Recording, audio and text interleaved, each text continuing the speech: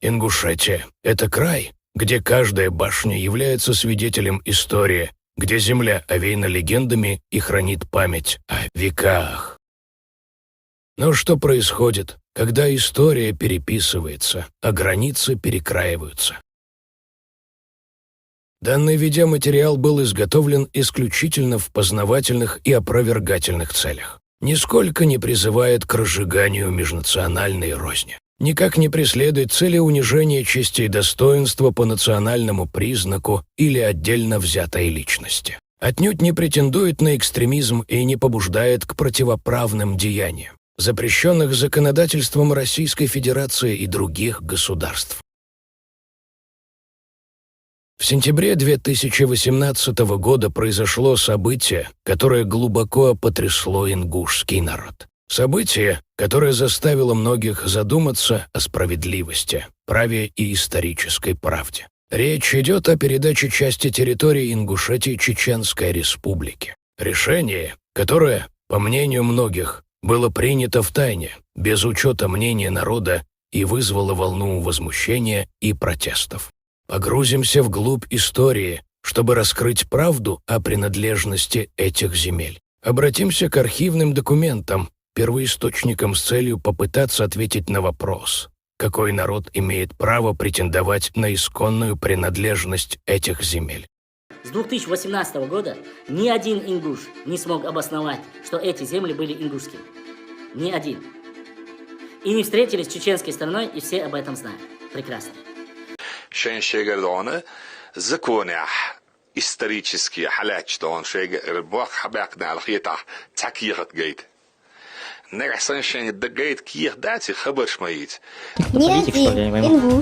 один ингуш документально, фактами по сегодняшний день не показал и не доказал, что эти земли принадлежали им.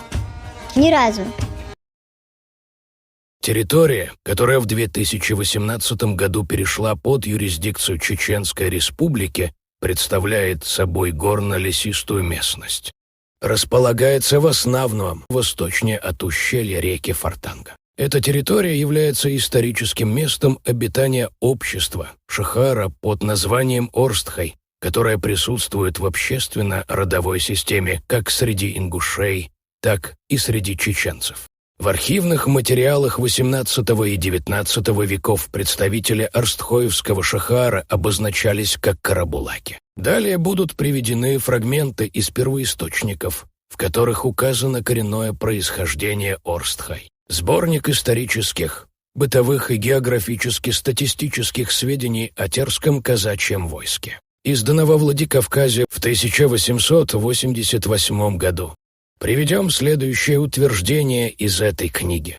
В окрестностях того места, где извилистая и быстрая Соунжа делает последний решительный поворот с юга на восток, а также неподалеку от среднего течения Асы, главного притока Соунжи, и левого берега соседней с нею Фортанги, в труднодоступных местностях, среди восточных отрогов главного хребта, живут два беспокойных и воинственных общества ингушевского племени – Карабулакская и Галашевская.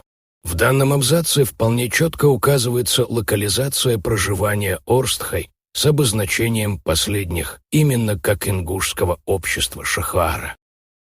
Обратимся к научной публикации под названием «Кавказ». Его горские жители в нынешнем положении, изданные в Москве в 1846 году. На странице 121 этой книги указывается, что кесты, ингуши и карабулаки говорят все одним языком. Таким образом, как тут отмечается, языковый фактор был единым и объединяющим между ингушами и орстхойцами.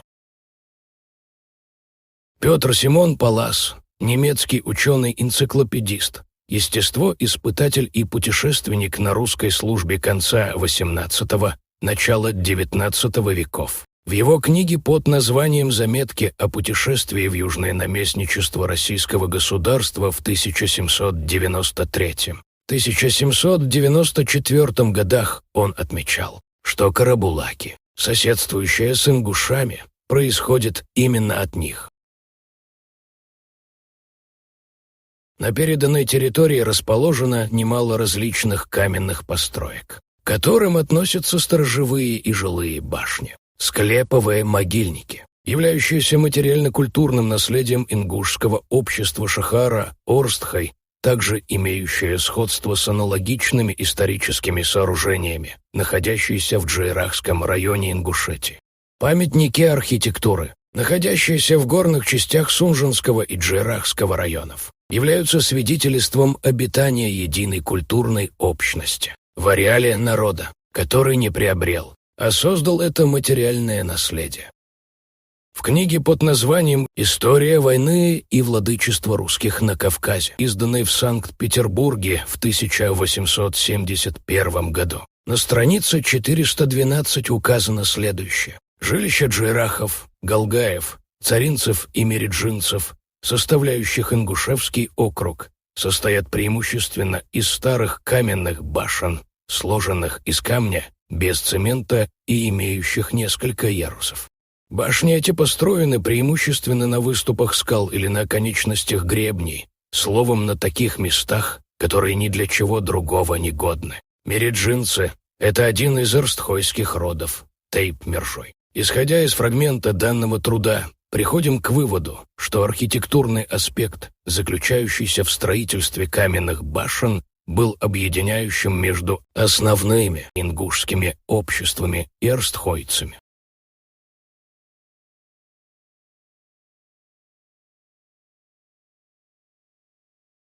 Заострим внимание на башенном поселении, именуемом Мередже, самым крупным, расположенном на переданной территории, являющемся родовым гнездом ингушского Тейпа-Мержоевых. Поскольку оно часто упоминается в исторических документах и обозначено на некоторых географических картах XIX века. Впервые в архивных материалах прошлого это поселение Мержоевых упоминается в записках немецкого естествоиспытателя и путешественника на русской службе Иоганна Гильденштета, который в 1770 году указывал Мередже именно как ингушское поселение. И причем к ингушским он относил и такие местности, как Терлой, Елхарой, Майстой, Нашхой, которые находятся восточнее от Мереджи. Это означает, что данный населенный пункт, а значит и остальные соседствующие аулы, расположенные на переданной в 2018 году земле, входили в состав ингушских территорий еще до принятия ингушами российского подданства 1770 года. В труде под названием «Новейшие географические и исторические известия о Кавказе», изданном в Москве в 1823 году, на странице 166 перечисляются населенные пункты, находившихся тогда в составе ингушских территорий, в том числе и аул Мереджи.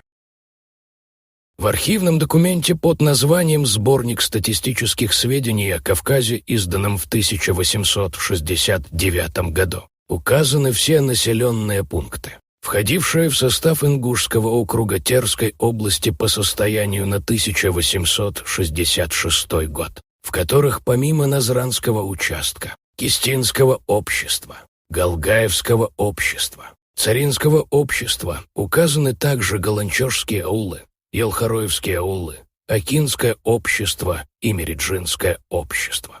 Получается, что в состав ингушских территорий входили не только те земли, которые были отсоединены от Ингушетии и переданы Чеченской республике в ходе соглашения, подписанного в 2018 году, но и даже те земли, которые расположены намного восточнее. Но уже позднее, в 1866 году, поселения обществ мериджинцев и акинцев перестали числиться в Ингушском округе и затем перешли в состав Чечни.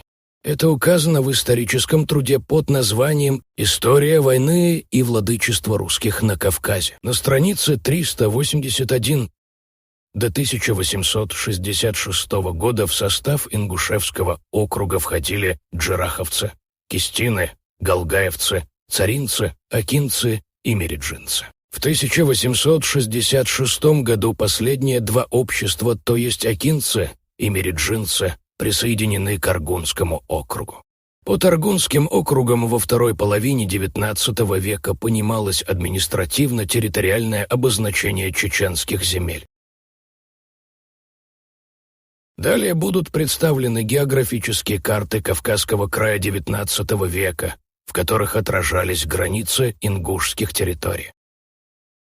Дорожная карта Кавказского края составлена и литографирована при военно-топографическом отделе Кавказской армии в 1853 году. На ней Ингушский округ Терской области обозначен в таких границах.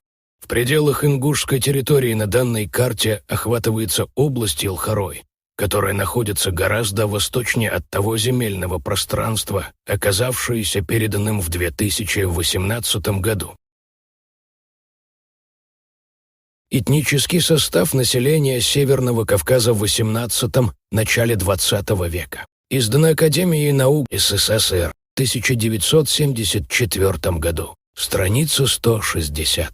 В начале XIX века большие и малые ингуши, по свидетельству Клопрота, включали 25 деревень, в том числе Галга, Ака, Бицей, Ялхар, Карби, Бушу, Галай, Ной, Гой, Цулай, Мелер, Паланг и другие. Большинство приводимых Клопротом названий указывают на истоки ингушских переселений, села Галгай, на верховья реки Асы. Ака, видимо, следует связывать с акинцами, Алхор, с Елхароем, Вушу, возможно, селом Вауче в акинском обществе, Галай, с Галанчожем, Цулай, Мелер, с галгаевскими селениями Цоля, Милере и тому подобное.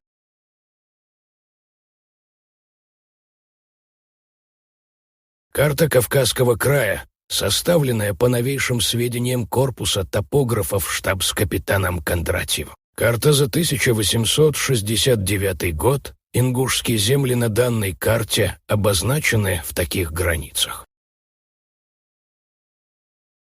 И вот как очевидна разница в размерах в сравнении с нынешней территорией Ингушетии.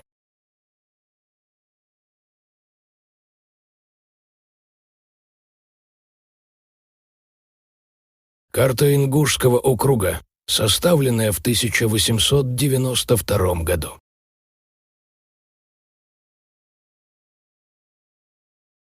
На данной карте в числе ингушских населенных пунктов обозначен аул Миредж.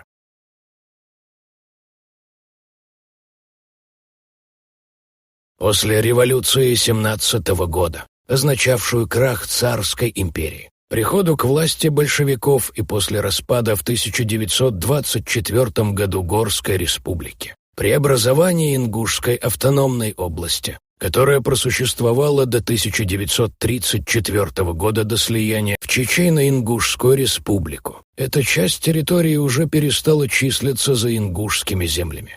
По сути, в тот период эта земля была отторгнута от Ингушетии и включена в состав Чеченской автономной области лишь по воле коммунистов.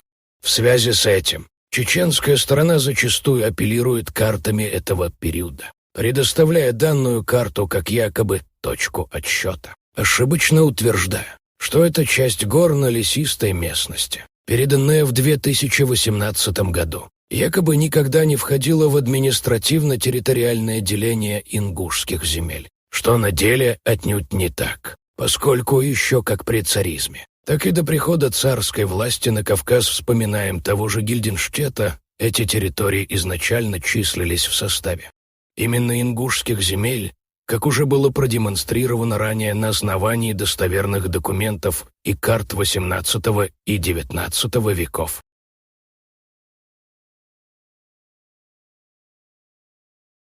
Следующий момент – это необоснованные упреки в адрес ингушей, что якобы эти земли были украдены и закреплены за Ингушетией в 2009 году. Это дело. 2000, коротко экскурс, забежать вперед, в 2009 году, пока в Чеченской Республике еще не было отменен режим КТО, в данной местности мы не имели ни геолокацию, ни сверху не могли, имеется в виду да, у нас проблемы были, конечно. Да, там по военные действия были.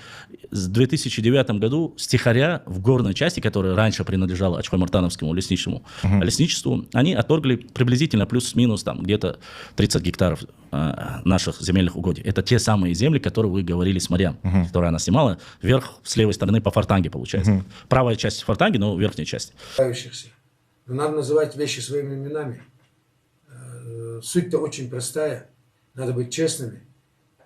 В 2009 году, которая земля была незаконно переписана, ее просто когда дошли руки, узнали об этом и вернули положенное.